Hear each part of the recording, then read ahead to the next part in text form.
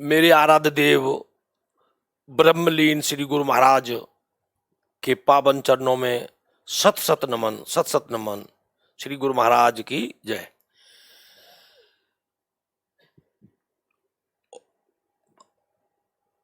प्रसंग है, जो होनी है वो बड़ी बलवान है, होनी टल नहीं सकती, परंतु गुरु के अगर जो शरणागत है, जो शिष्य गुरु के शरणागत है, तो वो होनी को टाल तो नहीं सकते, पर छोटी कर सकते हैं। जहां तलवार लगनी है वहां सुई कर सकते हैं, और करते हैं।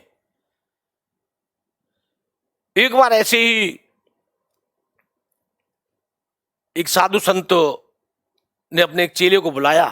उन्होंने कहा कि बेटा इधर आओ, और एक बांस की 3-4 फंसरची काट के उनको छील के साफ करके उनको रख लो, थोड़ी सी कपड़ा रख लो, रुई रख लो और तेल वगैरह रख दो। मैं गुरु जी ये किस लिए हैं?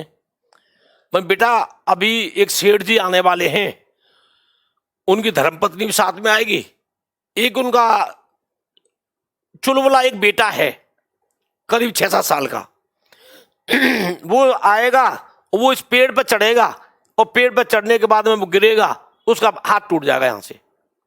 यहां से हाथ टूटेगा तो मैं कहूंगा चेला वो जो सामान तुम्हें दिया वो ले आओ। आजकल जो फर्स्ट एड बोल देते हैं, तो वो फर्स्ट एड उनकी हो जाएगी। चेला बोल ठीक है गुरुजी।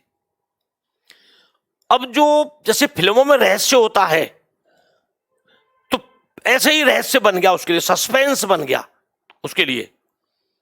उसने देखा थोड़ी देर बाद एक लाला जी आए हैं और सेठानी उनके साथ में, एक चुलबुला बच्चा कभी इधर घूम रहा कभी इधर घूम रहा है। तो उसने कहा लाला जी तो आ गए, गुरुजी जो कह रहे थे। अब वो उसकी नजर केवल उस लड़के पर कि लड़का कब पेड़ पर चढ़ेगा और कब गिरेगा और कब इसका हाथ टूटेगा। अब वो लड़का इधर जाए उधर जाए इधर जाए, वो लड़का आखिर में पेड़ पर चढ़ा और डाली पर जैसे चढ़ा वो नीचे गिर गया। अब उसका हाथ टूट गया। गुरुजी ने कहा कि वो चेला राम वो सामान ले आओ।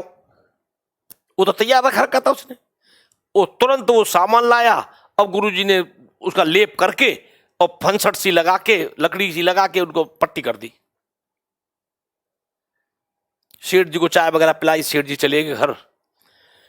थोड़ी देर बाद चेला को बन के बेटा चाय बना ले, 1 कप अपने लिए बना ले, 1 कप मेरे को बना दे।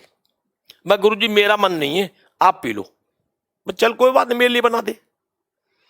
उसके लिए चाय बना दी गुरु महाराज के लिए। तो शाम हुई, तो शाम को कहा बेटा खाना बना ले, 2 चपाती मैं खाऊंगा, बाकी तू अपने। गुरुजी मैं नहीं खाऊंगा। मैं बेटा क्यों, क्या बात हो गई? मैं गुरुजी ये बताओ, जब आपको पता था कि लड़के का हाथ टूटेगा तो मेरे को बताते, मैं उसको पकड़ के बैठ जाता। ना वो पेड़ पर चढ़ता ना वो हाथ टूटता। गुरुजी ने कहा बेटा हाथ तो टूटना था, परंतु हमने जो उसके जो ट्रीटमेंट करना था वो तुरंत ट्रीटमेंट कर दिया, हाथ जुड़ जाएगा। परंतु होनी को टाल नहीं सकता कोई भी। मैं गुरुजी मेरी समझ से बाहर है। मैं बेटा तेरी समझ से बाहर है ना।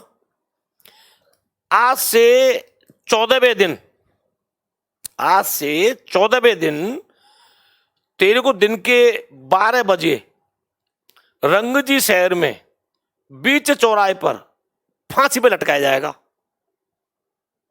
अब तू इसका उपाय कर सकता कर ले। उसने कहा गुरुजी 14वें दिन फांसी पे लटकाया जाएगा तो मैं उनको मिलूंगा ही नहीं, तो फांसी पे कौन लटकाएगा? भाई बेटा मिलेगा तू, पर गुरुजी मैं मिलूंगा ही नहीं। आप मेरे को 14 दिन का राशन दे दो। मैं बेटा ले ले। अब 14 दिन का उसने राशन बांध लिया और बांध के सवेर सवेर चल दिया। रंगजी शहर जैसे सपोज करो इधर है पूरब में, तो वो पश्चिम में चल दिया कि मैं चलूंगा अपोजिट चलूंगा तो मैं पहुंचूंगा ही नहीं रंगजी शहर में। दूर जाके पहाड़ पर एक अच्छी गुफा थी, तो गुफा में अंदर देखा उसने, भाई हाँ यहाँ रहन सहन मेरा ठीक हो जाएगा। अब उस पर पहले कोई घड़ी वगैरह कोई अच्छी तारीखें तो ऐसे होती नहीं थी, तो उसने लाइन बना दी, एक लाइन काटता जाए, ऐसी मतलब वो करता गया। अब तो जब 13वीं लाइन कट चुकी थी, शाम को करीब 6:30 बजे का टाइम, आवाज आती है नीचे से कि भाई इस जंगल में, घोर जंगल में कोई हो तो मेरे को बचा ले। परंतु उसने बचाना नहीं था कि मैं बोलूंगा ही नहीं, उसको 14वें दिन कल का है वो था। फिर उसने कहा उसको अपने भगवान की कसम है, अपने इष्ट देव की कसम है, अगर कोई सुन रहा हो तो मेरे को बचा ले, नहीं तो यहां हिंसक पशु हैं, शेर है, चीता है, ये मेरे को खा जाएंगे। नहीं सुना, वो चुप बैठा रहा, मैं बोले ही मत। फिर उसने कहा कि उसको अपने गुरु की कसम है, जो मेरी बातों को सुन रहा हो, जो मेरी आवाज को सुन रहा हो तो मेरे को बचा ले। अब गुरु की कसम दी तो उस पर रहा नहीं गया, वो गुफा में से बाहर निकल के आया। उसने कहा माता जी बताइए मेरे ला कोई सेवा, मैं पहले मेरे को वहां ले चल जा, तो रह रहा है। गुफा में लेके आया, उनका मेरे को भूख लगी है बहुत, मेरे को भोजन दे। 13 दिन तो हो चुके थे, 14वें दिन का एक दिन का भोजन बैलेंस शेष बच रहा था उसके पास, वो पकाया फटाफट और माता श्री को खिला दिया। उसने कहा कि मेरी आत्मा तृप्त नहीं हुई है, मैं अभी भूखी हूं, अगर तू मेरे को भोजन नहीं कराएगा तो मैं तेरे को शराप दे दूंगी। भाई माता जी मेरे पास तो कुछ भी नहीं है। मान की ऐसा है, मेरी गाड़ी नीचे खड़ी है, उस गाड़ी को ले जा और ये कंगन है, दोनों कंगन उतार के उसको दे दिए, इनको बेच के सामान लिया और मैं बैठी हुई। नीचे गया, गाड़ी में बैठ गया, कंगन लेके। अब वो चलते चलते भक्तों वो कहां पहुंच गया, वही रंगजी शहर में। रंगजी शहर में पहुंच गया, सुबह सुबह का समय था। अब सोनी जी की दुकान पे गया, स्वर्णकार की पे, कि भैया मेरे ये कंगन हैं, इनको आप ले लो। अब जो साधु संत को देखा उन्होंने, और कंगन बहुत कीमती, तो सोनी जी ने देखा कंगन को देखते ही वो पहचान गई, तो रानी के कंगन है, और रानी कई दिन से लापता थी। तो साधु संत को बोला उन्होंने, सोनी जी ने, मन की आप बैठो 5 मिनट, मैं अभी आता हूं पैसे लेके। मैं बैठ जाता हूं। वो राजा साहब के पास भगे भगे सोनी जी पहुंचे, मन के महाराज जो रानी का जो मारने वाला और कंगन को चुराने वाला मेरी दुकान पे बैठा है। क्या मतलब? कंगन बेचने आया है, एक महात्मा है, और मेरे हिसाब से रानी को मार दिया उसने। राजा ने सिपाही भेजे अपने फटाफट दुकान पर, और उसको महात्मा को बुला लिया, वहीं जो साधु था, मैं बुला के लाओ उसको। मैं तेरे को कंगन कहां से मिले? महाराज मेरे को रानी ने दिए। मैं झूठ बोलता है, इसने रानी को मार दिया है और कंगन को बेचने आया है। उन्होंने ना सोचा ना समझा, उन्होंने कहा दिन के 12 बजे और बीच चौराहे पे इसको फांसी पे लटका दो। अब उसने एक दूसरे से पूछा कि भाई ये कौन सा शहर है? भाई रंगजी शहर है, पता नहीं तुम्हें? उसने कहा भाई गुरुजी की बात जो थी बिल्कुल सत्य हो गई कि दिन के 12 बजे रंगजी शहर में बीच चौराहे पर दिन के 12 बजे तुम्हें फांसी दी जाएगी।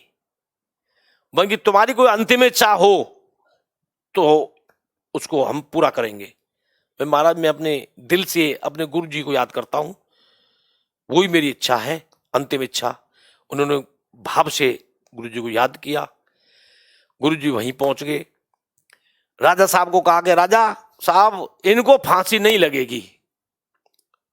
वन की क्यों? भाई फांसी तो लगेगी, परंतु मृत्यु के लिए फांसी नहीं लगेगी, इनको सूत के धागे से फांसी दी जाएगी। वन की इन्होंने तो राम जी का वध किया, हमारी का सोने के कंगन ये लेके आए रानी को मार के। भाई महाराज मैं रानी को साथ लेके आया हूं आपकी को, रानी साहिबा आपकी जिंदा हैं, और रानी साहिबा को देखो। जब रानी साहिबा को दिखाया उन्होंने राजा साहब को, तो बड़े गदगद हो गए, बड़े खुश हो गए। उन्होंने कहा महात्मा जी आप बताइए अब मेरे लाख कोई सेवा।